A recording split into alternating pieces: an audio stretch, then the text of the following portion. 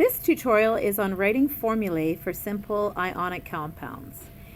The first step is to find the symbol for the metal on the periodic table and write down its ion charge. The second step is to find the symbol for the nonmetal on the periodic table and write its ion charge. The next step is to determine the number of each ion needed to balance the positive and negative charges. And the final step is to use subscripts to represent the number of each ion that was needed.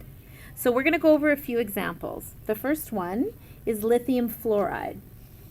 So if we look at our steps, the first step is to find the metal on the periodic table. So here's lithium. And we look at its charge, it's +1. So we would write down Li +1.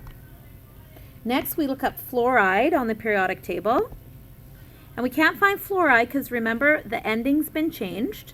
So it's fluorine, and the charge is -1. So we write F, the symbol, and the ion charge, -1. So that's steps 1 and 2. Step 3 says to determine the number of each that's needed to balance the charges. So +1, -1, those charges balance. So we need 1 Li and 1 F.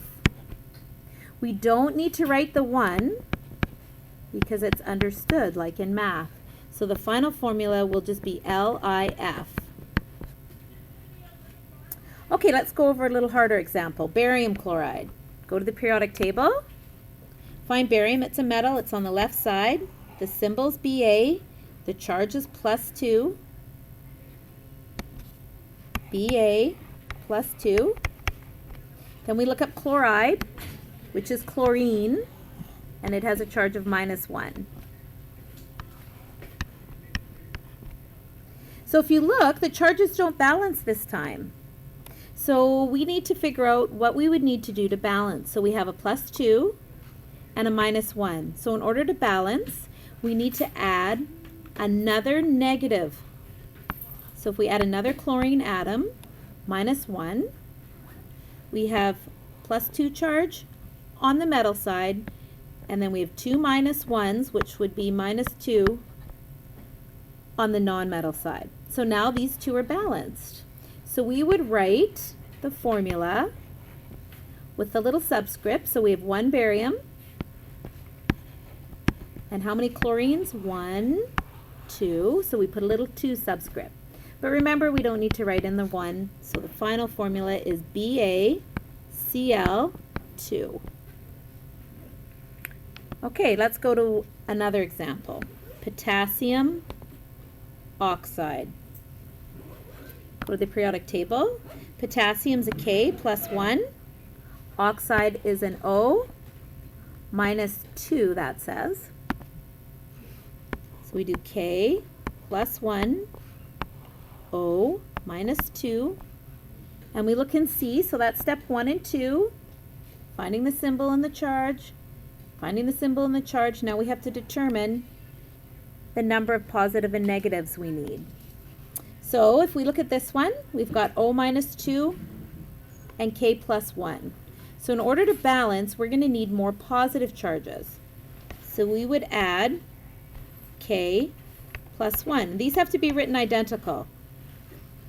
So now the total charge on the metal side is +2, and on the metal side, -2. So the formula would be K2, because there's 1 potassium, 2 potassium, and then O1, because there's only 1 oxygen.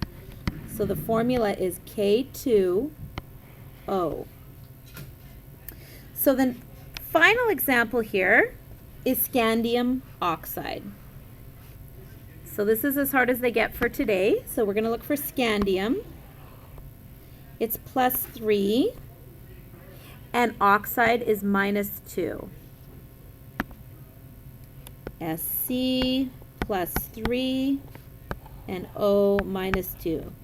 Now if you take a look, you can probably see this isn't going to be quite as easy to balance out the charges. So let's start by saying, what do I have more of? I've got 3 plus and 2 minus. So I actually have more positive than negative, so I'm going to add another negative. Now the temptation might be to write minus 1 there, but if we look at the periodic table, is that the charge on oxygen? No, it's minus 2. We can't just pick whatever charge we want. So we have to put a minus 2 there. So now we've got minus 4. Minus 2 plus minus 2 is minus 4. And we have plus 3. So in order to balance it out, we need to add more positives. So we're going to have to add another scandium. Now we have to add plus 3. Even though you might be tempted to put another charge. Look, the charge on scandium is plus 3. So you have to leave it plus 3. So now we have 6 positives, 3 and 3, and 4 negatives. Okay, now we need another negative. Okay, notice that all those oxygens all have a charge of minus 2. So now the total charge on this side is minus 6, and the total charge on this side is plus 6. So now, we're done step 3. Determine the number of each needed to balance, and now we got to use some subscripts. So let's figure out what the subscripts would be. So we've got, how many scandiums do we have? We have 1 scandium, 2. So it would be Sc2. And how many oxygens? 1, 2, 3. So it's O3. So the formula for scandium oxide is Sc2O3. Okay? Now as you go on and do this, you'll probably get a lot faster and you won't have to show all of those steps. But I'd like you to show your steps for the examples I'm asking you to do.